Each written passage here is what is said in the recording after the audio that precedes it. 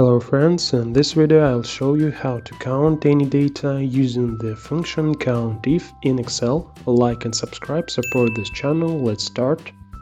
For example, we need to count how many times the word apple occurs in column A. To do this, use the Countif function. Then we write exactly the Countif function and see two arguments, range and criteria. Range.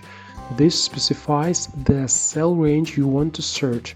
In this case, this is the range from A1 to A12. Criteria. Here you define the specific conditions that you want to count. Text, numbers, formulas.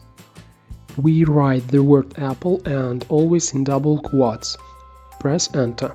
The formula analyzes cells A1 to A12 and counts the number of apple encounters, returning the result 4.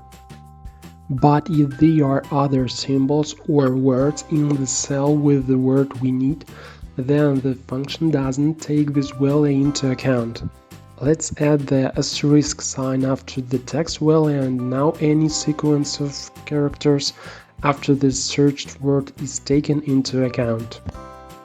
Another case, if we add a question mark to the word apple by replacing, for example, the letter A, then now all words in which the first letter was changed by mistake or for another reason will also be taken into account.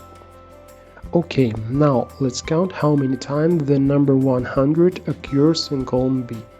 Enter the Countif function, range from B1 to B12 and the number 100 without double quotes. So the formula worked and returned the result 4. Well, if we need values greater than 100, add a sign greater than and get the result. That's all. Now you know a little more. Thanks for watching.